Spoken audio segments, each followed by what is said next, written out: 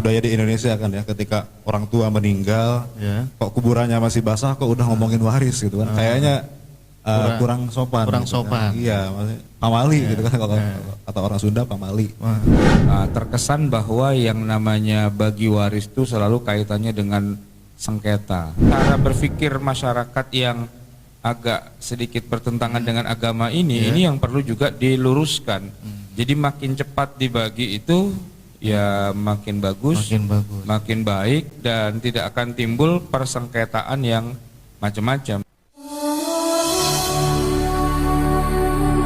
Untuk mudahnya saja kita sebut 10, dan ini untuk menunjukkan sebenarnya lebih banyak lagi yang namanya penyimpangan waris.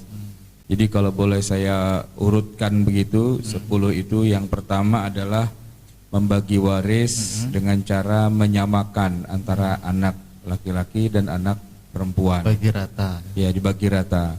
Kemudian waris itu seringkali sudah dibagi-bagi padahal almarhumnya masih hidup ya. Jadi masih hidup sudah bagi-bagi waris.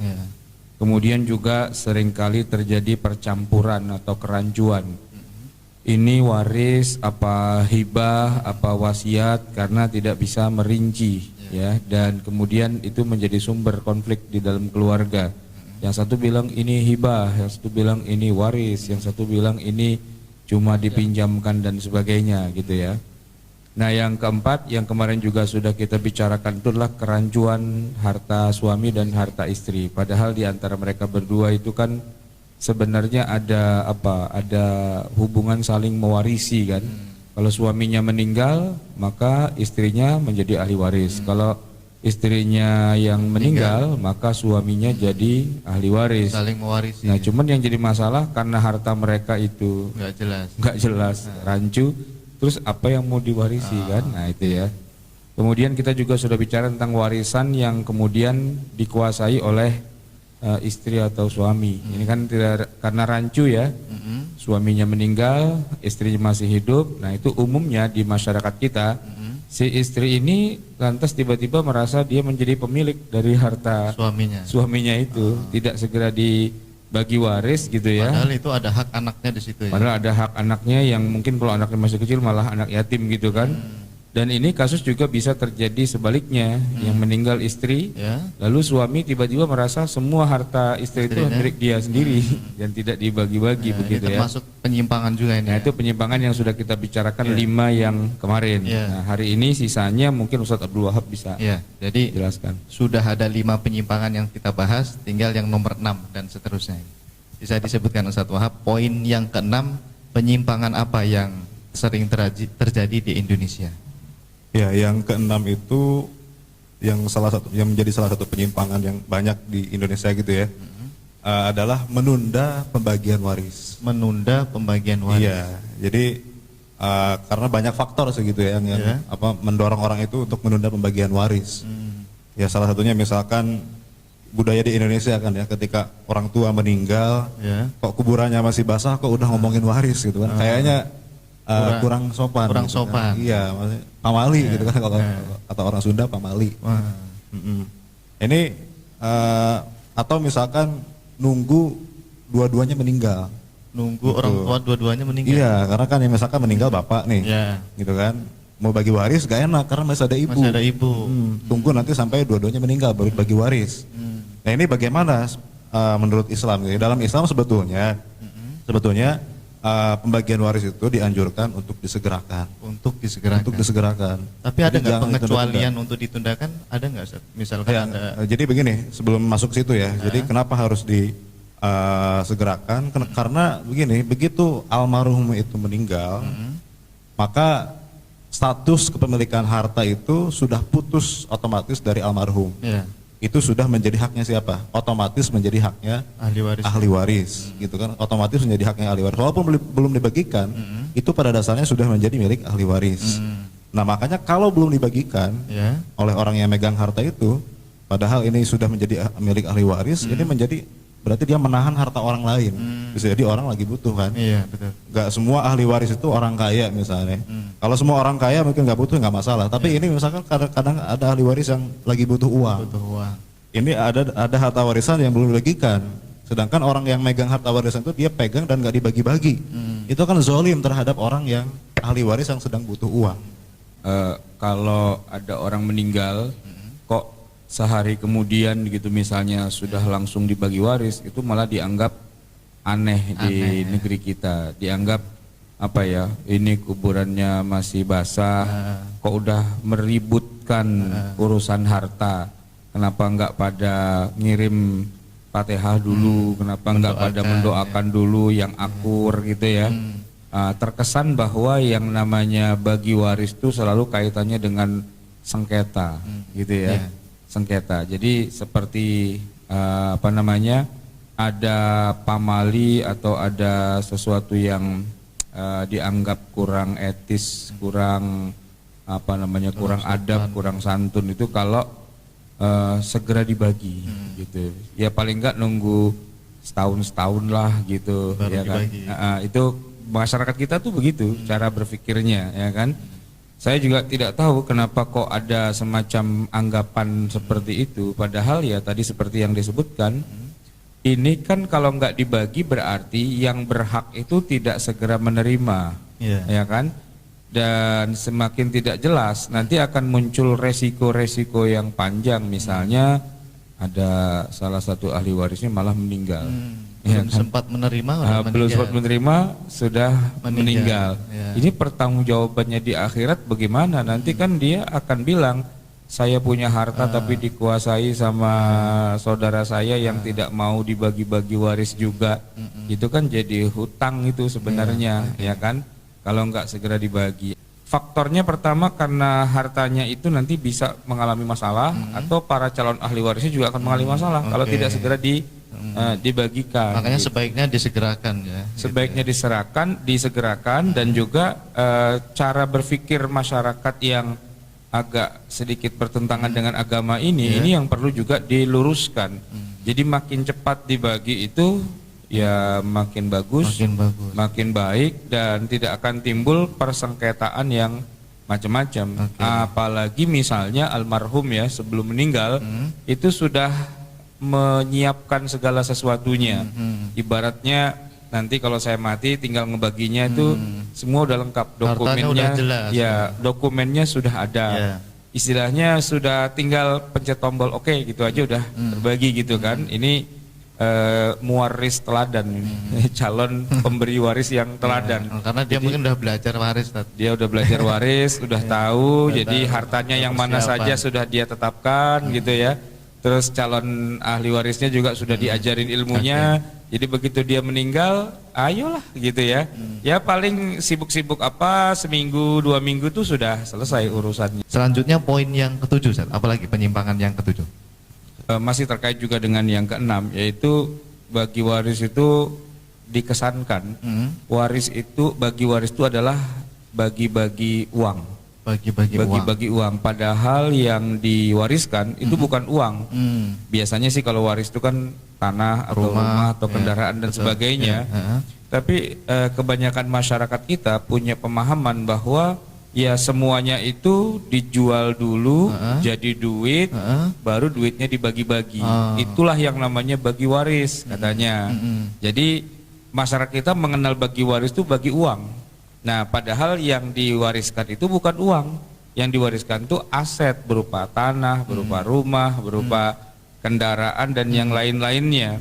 Nah sehingga ini mengakibatkan apa? Ya tadi tertunda-tunda bagi waris. Alasannya salah satunya adalah belum laku dijual. Jadi masyarakat kita itu yang perlu kita luruskan nanti ke depan adalah bagi waris itu tidak ada kaitannya dengan menjual harta. Nggak perlu dijual. Bagi waris tetap bisa dilakukan. Tanpa harus menjual hartanya menjadi uang lalu uangnya yang dibagi-bagi. Nah, yang perlu kita ketahui adalah warisannya tuh wujud fisiknya apa. Kalau emang itu uang, ya oke lah bagi-bagi uang kan. Nah, tapi kalau berupa rumah misalnya atau tanah, nggak usah dijual. Nggak usah dijual. Caranya gimana? Ya dibagi kepemilikannya saja. Contoh realnya gampangnya saya lah gitu ya. Ibu saya ketika wafat itu memberikan saya beberapa warisan itu ya. Ada yang wujudnya berupa rumah, tanah, sawah, ladang di kampungnya sana di Jogja itu. Ya. Kami itu 4 bersaudara dan setelah direken gitu istilahnya, saya kebagian rumah. Ya, rumah yang dulu milik ibu saya. Yang lain itu dapat tanah, sawah dan sebagainya gitu ya. Kalau kita punya rumah yang kita miliki bersama, anggaplah nih kita bertiga nih kakak beradik gitu ya, orang tua kita meninggal, rumahnya cuma 1, apa perlu dijual dulu rumahnya? Enggak, ya kita bagi aja. Bagi berapa? Ya kita kan bertiga, sama-sama laki-laki, ya bagi 3 aja. Kebetulan antum misalnya anak yang paling kecil yang selama ini menempati rumah itu, kita nih kakak-kakaknya udah punya rumah sendiri-sendiri gitu kan. Sepakat, ya udah nih rumah jadi milik kita bertiga. Cuman dalam masalah menempatinya, kalau saya mau menempati boleh, ya kan, yang lain mau menempati boleh. Tapi kalau saya sudah punya rumah sendiri, nggak ada urusan, saya nggak mau tempati, pakai aja lah itu rumah itu kan. Tapi yang jelas rumah itu milik kita bertiga. Secara kepemilikan sepertiga. Tahu sahamnya di situ berapa? Saya punya saham. Udah malam itu juga kita selesai, sudah rumah ini milik kita bertiga. Jadi gitu tidak kan? harus dijual ya. Tidak harus dijual, tidak harus menunggu pembeli, tidak harus menyepakati harga rumah tanah apa, nggak perlu gitu ya. Kita miliki bertiga, selesai gitu kan. Ya tinggal nanti kita atur aja ini bagaimana anunya, teknis caranya kita memanfaatkan rumah ini misalnya ya. Nah itu kita atur, misalnya saya boleh nginep di situ, ada 1 kamar yang bisa saya tempati misalnya gitu kan, ada ruangan apa dan sebagainya. Kalau sudah jadi milik bersama itu kan, karena antum punya jatah 1/3 di situ, antum kan boleh menjual. Ya pertama hak syuf'ah ya kan, kita dulu ditawarkan gitu, abang pertama, saya mau butuh duit nih, mau apa pergi haji, kawin lagi apa gitu kan misalnya kan. Mau nggak nih bayarin jatah saya gitu kan. Ya mungkin kita nanti dua diskusi gitu kan, kita bayarin aja apa gimana gitu. Enggak saya nggak punya duit, udah saya aja yang bayarin ya. Berapa harganya? Nah itu kita tawar menawar kan. Kalau ketemu harganya, nih duitnya, tanah ente berarti udah punya saya. Oke kan, berarti jatah antum udah hilang tuh di situ. Nah yang jatah ente udah jadi punya saya kan begitu. Berarti antum jadi dapat jadi punya 2/3-nya. Tinggal kita berdua nih dengan saham 2/3 plus 1/3. Kalau suatu hari antum mau jual juga ke saya, asalkan harganya sepakat, bisa. Saya bayarin aja. Udah kan jadi punya saya semua. Nah, boleh juga ditawarkan keluar, ya kan? Yang penting iya, nanti yang keluar nanti ya sudah berarti kita memilikinya bertiga, tapi bukan antum lagi, tapi sudah orang lain. Nah, ketika urusan memperjualbelikan rumah itu sudah nggak ngomongin lagi bagi waris. Kenapa? Bagi warisnya sudah selesai. Di malam pertama ketika orang tua kita kuburin itu, kita sudah sepakat nih milik bertiga dengan pembagian 1/3 gitu ya. Kalau sudah itu ya sudah, pembagian waris sudah selesai. Urusan nanti ada yang mau jual dan sebagainya itu rapatnya rapat kepemilikan saham, bukan rapat pembagian waris. Ini yang sudah terjadi banyak di tengah masyarakat kita ya. Bagi waris itu karena ribut, karena pusing, karena takut nanti terjadi perpecahan keluarga dan sebagainya. Yang satu ngotot mau gini, yang satu mau gitu, ya macam-macam kan. Akhirnya dikasih jalan tengah, udah gini aja lah. Mari kita musyawarah untuk mufakat. Ente relanya dapat berapa? Ente relanya berapa? Yang penting pada damai, pada adem, gitu. Saya maunya begini, ya udah dah ya, ini sepakat nih ya.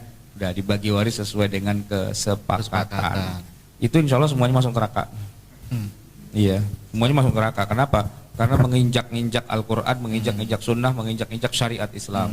Buat apa Allah panjang-panjang turunkan ayat waris, ya udah diancam-ancam masuk abadi ke neraka dan sebagainya. Ujung-ujungnya Allah disuruh minggir, Nabi suruh minggir, Quran suruh minggir, semua minggir. Udah nih udah pada sepakat maunya begini aja.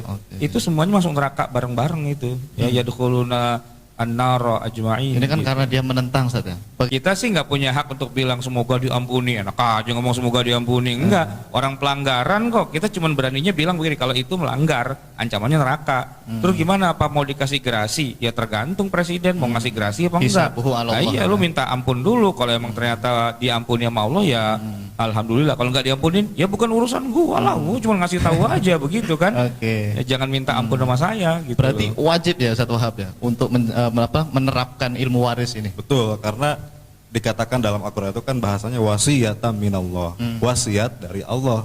Wasiat dari orang aja wajib dilaksanakan, Iya. apalagi wasiat dari Allah gitu. Jadi jalankan dulu wasiat dari Allah. Walaupun dia nggak tahu ilmu tentang waris karena tidak ada Ya yang makanya memberitahu. harus belajar kan gitu. Kalau Jadi- sudah terjadi, Jadi kan Iya, kasusnya kan. gini, ada orang Islam mau dibakar di neraka. Terus ditanya, emang kenapa salahnya? Oh ternyata waktu di dunia itu jarang sholat. Terus dia bilang apa? Mohon maaf nih bapak-bapak malaikat sekalian, nggak ada yang ngasih tahu saya ternyata sholat 5 waktu itu wajib. Kalau ada yang ngasih tahu sih pasti saya sholat dah, masa cuma sholat aja saya nggak mau. Cuman nggak ada yang ngasih tahu saya bilang itu wajib gitu. Kira-kira dia masuk neraka apa masuk surga tuh dengan alasan begitu? ya wallahu a'lam. Nah, ya wallahu a'lam. Wallahu a'lam. Berarti Kira-kira bisa nggak beralasan, wah saya nggak tahu Ya. gitu, bisa nggak kira-kira? Ya, ya. Ya bukan kita sih yang berhak menjawab, Ya, Allah, tanyalah ya. kepada hati nurani kita. Wasiatnya apa? Ya anak saya yang ini dapat sekian, dan yang itu dapat sekian, dapat sekian, dapat sekian. Itu awalnya. Tapi kemudian turun ayat waris yang menganulir, mengamandemen dan membatalkan kebolehan berwasiat kepada calon ahli waris sendiri, yang bunyinya yusikumullah, Allah yang ambil alih wasiat tadi itu sudah nggak berlaku, Allah yang berwasiat. Jadi ini ada wasiat orang tua, ada wasiat Allah.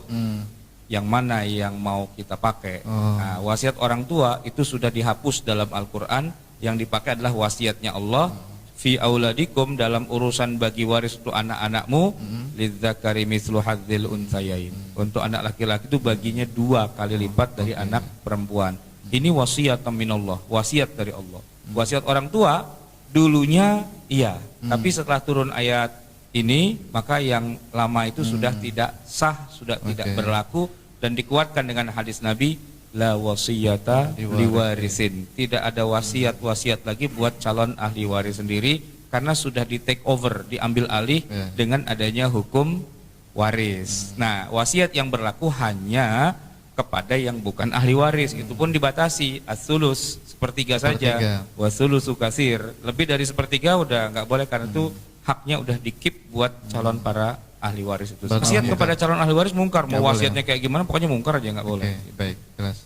Jadi ini sekalian menjawab yang kedua, sebetulnya almarhum itu sebelum meninggal nggak perlu repot-repot bagi-bagi warisan sebetulnya, karena sudah ada aturannya gitu kan, Allah sudah mengatur anak laki-laki berapa, anak perempuan berapa, jadi nggak perlu repot-repot kita ngitung-ngitung gitu kan, kamu dapat sekian, kamu dapat sekian, nggak perlu, karena sudah ada aturannya. Ketika dia meninggal otomatis itu berlaku aturan yang dari Allah itu. Maka tadi bagi waris selama masih hidup nggak perlu lagi gitu, karena nggak ada istilah bagi waris masih hidup itu, kemarin mungkin sudah dibahas. Kalaupun ada itu bukan bagi waris ya. Kalaupun ada bukan bagi waris, namanya ya bagi-bagi harta aja, hibah gitu ya. kan. Untuk bisa hibah itu ada 2 minimal syaratnya. Apa itu? Yang pertama, ketika dia hibah dia belum lagi ada rencana mau mati. Ya masih lama matinya gitu. Saya rencana mati masih 20 tahun lagi gitu kan, masih segar bugar, masih sehat gitu kan. Tapi kalau dia udah rencana 2 hari lagi mau mati itu, terus dia bikin saya mau hibahin itu udah nggak boleh. Jadi menghibahkan tuh harus dalam kondisi yang masih sehat, segar bugar. Lain kalau wasiat. Kalau wasiat emang idza hadara ahadukumul maut. Nah, gitu kan. Kalau sudah kematian di depan mata, nah itu bikin wasiat gitu ya. Nah, jadi itu syarat yang pertama, harus masih segar. Yang kedua, konsekuensi dari menghibahkan tuh berarti si yang punya harta yang menghibahkan tuh otomatis saat itu juga langsung kehilangan harta itu. Karena kan dia kasih walaupun kepada anaknya, nih gue kasih rumah, itu berarti semua surat tanah apa semua kepemilikannya langsung pindah. Sudah langsung jadi milik anak. Hati-hati jangan main hibah itu kan. Itu 2 syarat yang paling dasar. Ada lagi syarat yang ketiga, yaitu apa? Ketika orang menghibahkan atau termasuk juga mewasiatkan, itu harus ada legalitasnya. Harus ada saksinya, harus ada tertulis hitam di atas putihnya. Semua calon ahli warisnya itu dikonfirmasi, memberikan persetujuan gitu ya. dan ada legal hitam di atas putih. Karena ini pemindahan kepemilikan kalau berupa tanah dan sebagainya itu harus jelas alasannya. Kenapa tanah ini berpindah nama? Oh karena dijual, oh karena diwariskan, oh karena dihibahkan. Harus ada surat pernyataan dari yang punya tanah kepada si anaknya bahwa dalam hal ini pihak pertama saya sebagai bapaknya, pihak kedua anak saya, dalam ini pihak pertama memberikan sebidang tanah seluas sekian-sekian kepada pihak kedua, dan saya tidak akan menuntut lagi sampai akhir dan sebagainya, dan ini ada saksinya Pak Lurah, Pak Camat, apa semua lengkap gitu, dan semua dibagiin salinannya, biar setelah hibah itu udah nggak ada lagi resek mau ribut, wah ini dulu nggak dihibahin, cuma dipinjemin doang, macam-macam dari riwayat hadis palsu semua gitu kan. Nah itu jelas ada legalnya. Baik. Yang punya kasus-kasus kayak gitu di keluarganya dan sebagainya, semoga bisa mendapatkan pencerahan lagi. Minimal bisa kita praktekkan dalam keluarga kita masing-masing gitu. Iya, menggugurkan kewajiban kita untuk mengajarkan waris pada keluarga sendiri. Oke, baik, terima kasih atas penjelasannya Ustadz Ahmad Sarwat LCMA dan Ustadz Muhammad Abdul LC. Mudah-mudahan apa yang beliau sampaikan ini bisa kita pahami dan menjadi ilmu yang bermanfaat di dunia wal akhirah. Amin amin ya rabbal alamin.